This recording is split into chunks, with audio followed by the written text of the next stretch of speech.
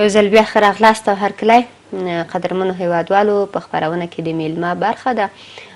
موږ نن یو ځل بیا غواړو چې په داسې یو موضوع باندې خبرې ولرو، په داسې یو موضوع باندې وغږیږو چې معمولا ورته دا اصطلاح کاره شوې ده چې د سولې خبرې لکه هندۍ سندرې په معنا یې نه پوهېږو او خوند ترې نه اخلو. نو زه راځمه دغومره به زه ووایم چې وروستۍ هغه پریکړې چې د سولې په پار وشوې، هغه د مذاکراتو میز چې ړنګ شو او دوی ترېنه پورته سول، په بېلو هیوادونو پسې منډې کړلې، که هغه افغان سیاسون دي، که هغه وسلوال طالبان دي. تاسو ولیدل چې مسکو، ایران او تاجکستان او ازبکستان دي ته ورته نورو هیوادونو ته دوی ولاړل. پرون بیا د وسلوالو طالبانو د خولې یو خبره دا و چې دوی به په د پسرلي په راتلو سره به د افغانستان په لویو ښارونو کې خپل پټنځایونه، خپلې ځالې جوړوي او له هغې ځای به بریدونه کوي. جوخت ورسره ناټو تاسو ولیدل چې امریکا هم دا پریکړه وکوله چې دوی به د افغانستان نه تر هغه وخته پورې خپل سرتیري، یعنې د سرتیرو په وتلو یې پریکړه لا تر څو نه ده کړې چې دا سرتیري به تر کومه وخته پاتې کېږي او تر کوم وخت به وځي. جوخت ورسره د افغانانو هغه غوښتنې هم تر خاورو لاندې شوي، هغه دروازې چې پرانیستل شوې وې بیرته بندې شوې. او پرون په کندهار کې د امن جلسه چې دوی د سولې او د امن غوښتونکي پکې وسول، د افغانانو هڅې دا ټولې یو ډول د خاورو لاندې سوي. موږ نن بیا غواړو په همدې موضوع، ماته ډېره جالبه په دې نه تمامیږي چې زه وایم چې هغه څه نه چې موږ یو څه نسو ترلاسه کولی، موږ هغه امیدونه چې درلودل، هغه هیلې مو چې درلودلې، ولې دواړو خواوو زموږ په هیلو باندې خاورې واړولې، ولې د افغانانو هغه امیدونه یې د خاورو لاندې کړل چې دوی کلونه دغه ناستې ته دوی منتظره ول، خو یو ځل بیا زموږ په هیلو خاورې واړول سي. ولې موږ به خپله مبارزه کوو او پرونۍ جلسه به وسلوال طالبان په یاد ولري چې افغانان به یو ورځ د سولې غوښتونکي وي او دوی به دغه موضوع هیڅکله شاته نه غورځوي، همیشه به د دې غوښتونکي وي چې دوی د سولې دپاره خپلې مبارزې ته لا پسې دوام ورکړي. پرونۍ جلسه یې ښه ثابته او ښه ثابتولی سي چې افغانان څومره د سولې او د امن غوښتونکي دي. موږ سره د همدې موضوع د څېړلو دپاره جمعخان عمرخیل د عدالت غوښتونکو د ټولنیزې او سرتارۍ شورا مشر په خپرونه کې راسره میلمه دی، له دوی سره به خبرې کوو. تاسو ستړي مه شئ، په خیر. عمرخیل صاحب ستړي مه شئ، سهار مو په خیر او هر کله راشئ کورونه. مننه، سلامت سي، سلامونه نیکې هیلې تاسو ته او د ژوندون راډیو تلویزیون ټولو تخنیکي همکارانو او لیدونکو ته ډېره زیاته مننه. عمرخیل صاحب رابسو لکه څنګه چې ما په انانس کې ویلې وای د ډېر داسې پوسټونه په ټولنیزو رسنیو کې کېږي، دا به د ټولنیزو رسنیو نه راواخلو. یوه پوښتنه به د هغوی ځواب کو چې دوی معمولا دا اصطلاح کارولې ده چې وایي د سولې خبرې داسې دي لکه هندۍ سندرې چې موږ یې اورو، خوند ترې اخلو، په معنا یې نه پوهېږو. نو د سولې خبرې همداسې دي. د سولې خبرې ځکه داسې دي چې خبرې پې کېږي، بېرته ړنګېږي، کله یو داسې شور جوړ کړي چې زموږ امیدونه را ژوندي کړي، بله دفعه داسې سي چې بېرته موږ د همغه شور او زور نه، همغه خوشحالیو نه بېرته راښکته کړي او په ځمکه راوغورځوي. تاسو وروستۍ پرېکړې د سولې په پار څنګه ارزوئ؟ ډېره ښه موضوع ده. مننه. سوله د الله جل جلاله د ټولو مخلوقاتو لپاره اړینه او طبیعي غوښتنه ده، نه تنها د انسان لپاره بلکې په هوا کې د مرغانو لپاره، په دښتو کې د خزندهو لپاره، په سیند کې یا بحر کې د ژویو لپاره او په ځنګل کې د ځناورو لپاره، بلکې تر هر څه نه زیات انسان سولې ته زیات اړتیا لري او انسان ډیر پرمختګ په دې برخه کې لکه متاسفانه په دې اواخرو کې موږ وینو چې سوله ښه مخته لاړه سي او بیرته بیا په بعضې مشکلاتو سره هغه سي. موږ په سر کې به داسې باید ووایو چې د سولې تعریف باید دولت، افغان دولت باید تعریف یو مشخصه جنجا ورته وایي چې متاسفانه تر اوسه یې نه لري. دویم سیاسونو تګ ده او د شخصي ګټو لپاره یا ګټې چې پکې لیدل کېږي ځي او که نه ځي هغه ده. دریم د سیمې استخبارات دلته کار کوي چې متاسفانه په دې اواخرو کې موږ تاسو شاهدان یو، ترورونه هر څه حوض ته رسېدلي دي او مداخلې کوي. بل سوله که موږ داسې فکر وکړو چې تنها د دولت پورې اړه لري یا هغه کړیو پورې استخباراتي کړیو پورې اړه لري یا هغه باید هڅه وکړي. نه، دا به اشتباه خبره کې سوله موږ هر یو باید دې ته هلو ځلې وکړو، کار وکړو او دې ته دا موږ یو چې دا قشر په دې څو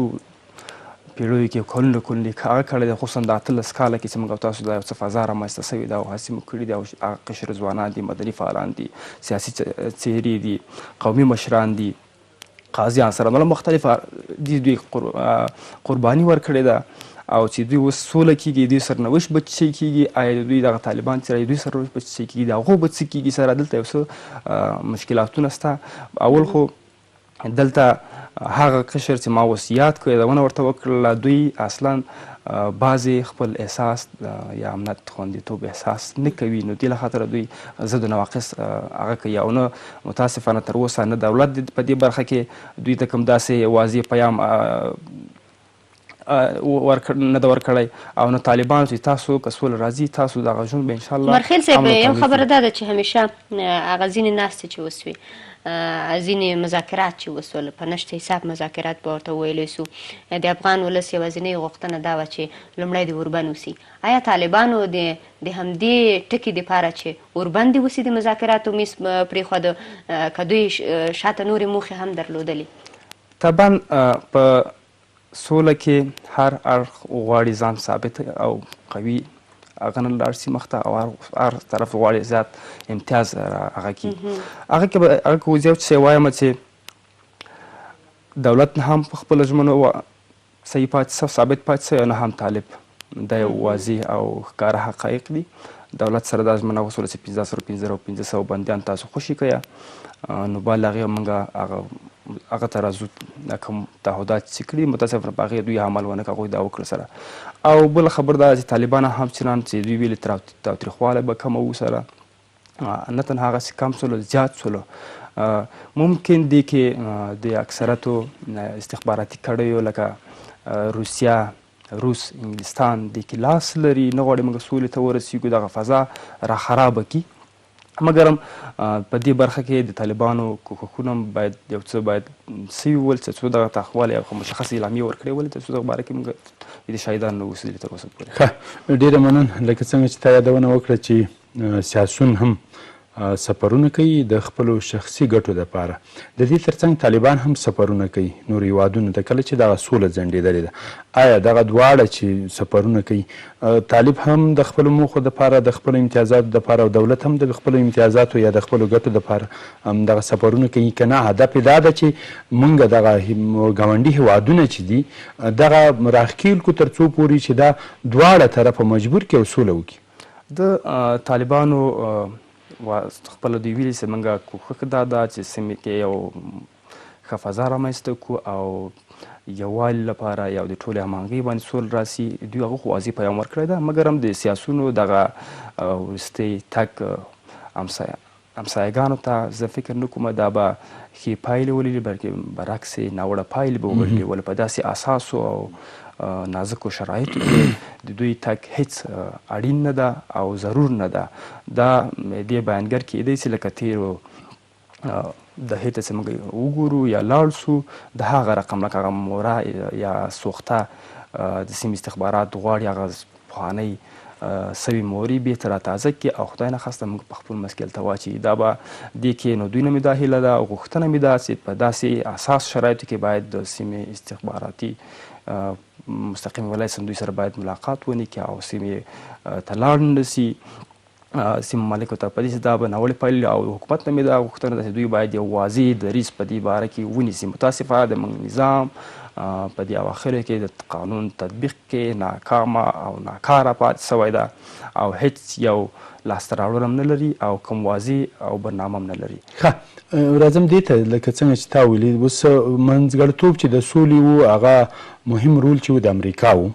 د امریکا سره د طالبانو تړون وشو، دغلته پاتې شم دا تړون یو څه کال پورې وغځېده. بیا د طالبانو مقصد څه شی و چې دوی ګاونډي هیوادونو ته سفر کاوه؟ آیا امریکا ته یې وویل چې که ته زموږ خبرې ونه منې موږ به ګاونډیان راسره کړو او موږ بیا هم کمزوري نه یو، هغه خپل طاقت زور لرو او ملاتړ لرو؟ دوی خو طبعا خپل هغه پاور ښیي په اصطلاح چې سره شریک کړي چې موږ داسې به قوت کړو داسې باور کړو موږ هم یو څه دلته یو او دوی ته خپل هغه معلوم کړي او د دوی هغه حمایت ترلاسه کړي دې کې جای شک نشته ده. خو په نظام کې په شته دولت کې ستونزې شته ده په هر ځان سره موږ هماهنګي نه لرو سولې ته برنامه لرو سولې عالي شورا مو جوړه کړې ده موږ مشخص یو ټیکټ مشخص په سولې عالي شورا کې راټول ده هغه ټیکټ چې دوی ته انتخاباتي کار کړی ده هغه ټیکټ دوی ته یې رایه ورکړې ده هغه سولې عالي شورا چې دوی سره ترڅنګ وله زه به داسې تاسو ته ووایم 4-5 نفره به د یو ولسوالۍ په ځوانانو د سولې عالي شورا کې تاسو درښکاره کوم ځوانانو عالي شورا دا تش نمایشي جوړ کړې ده دا امتیاز لپاره جوړ کړی ده دوی د سولې باره کې اصلا برنامه نه لري موږ تر هغه پورې د سولې تعریف ونه لرو سولې عالي شورا لاس په کار نسی او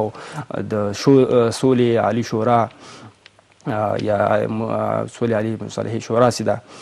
په دې کې چې ټول ملت ته مراجعه ونه کړي ځوانانو ته مدني ټولنو ته هغه مطرح څیرو ته قومي مشرانو ته نو فکر نه کومه دا برځای ونیسي ولې دوی د سیاسي برخورد کوي سیاسي برخورد موږ تاسو نتیجې لیدلې ده ناوړې پایلې لري نو هیله مې دوی نه ده چې یو واحد میکانیزم باندې کار وکړي تر څو ټول افغانان په یو ټغر سره راټول شي او د سولې شاهدان واوسي په راتلونکي کې. ډېره زیاته مننه عمرخیل صاحب. وروستی خبر دا دی چې فکر کوم 4 ساعتونو کې به دا تازه خبر وي پاکستاني رسنیو ویلي چې زلمی خلیلزاد به دوحې ورسره کابل او بیرته به پاکستان ته سفر کوي. آیا دغه سفرونه به بیرته د دې لامل شي چې د سولې مذاکرات بیا پیل شي؟ که د سولې مذاکرات دوی تک د دې لامل والله العلم خدای پوهیږي کار په دې چې د پاینده کې سفرونه کړي وو تللی و راغلی و مګر هم اړینه او مهمه بولم چې هر څه مخکې افغانانو سره وغږېږي هغه متاثرو سره وغږېږي د ملت درد نه دوی ځان به خبره کړي نه دا چې اول هلته لاړ شي یا دلته راسي بیا هلته راسي برعکس دا راکم ورسي دوی دا باید غلط زلمی خلیلزاد که غواړي یو واقعي افغانان واقعي سولې ته ورسیږي او دا د امریکا 19 کلنې شل کلنې جګړې ته د پای ټکی کیږي نو دوی هم افغان ولسونو ته مراجعه وکړي تر څو دوی درد نه خبر سي دوی حقیقي هغه مشورې دوی نه ترلاسه کړي نه فکر کومه د پاکستان په اشاره یا د پاکستان په غوښتنو هغه طبعا سره هر ملک هغه خپل تشویشات لري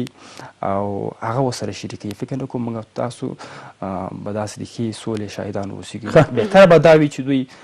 زلمی خلیلزاد هم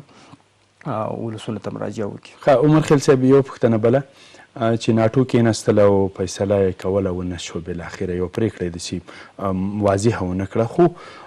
د طالبانو سره د امریکا تړون شوی چې امریکایان به وځي یا خارجه کوم پوځونه چې دی به وځي خو یو ځل بیا دا تکرار شو چې که تر څو پورې طالبان دریځ بدل نه کړي کوم دریځ غواړي نه پوهېږم خو کیدی شي چې دغه سوله یا دغه مثلا دغه موږ چې لاسلیک کړی وو د سولې دپاره سوله خو موږ خپل منځ کې کړی و د امریکا طالب خو بیا هم هغه وایي چې دغه پوځ به همدلته تم کیږي چې تر څو پورې زموږ د سولې خبرې واضحه شوې نه آیا د طالبانو د طرفه یا د دولت له طرفه کوم داسې یو څه وړاندیز شوی ده یا په طالبانو باندې بیا دوباره فشار دی چې هغه وایي چې تاسو کوم تړون یا کوم لاسلیک موږ تاسو سره کړی ده هغه کې بیا یې ورې نظر په کار د ډېرې غلطیانې تېروتنې شوي دلته دوه خبرې دي ښاغلی مسافر صاحب یو دا چې دوی ترمنځ تړون شوی ده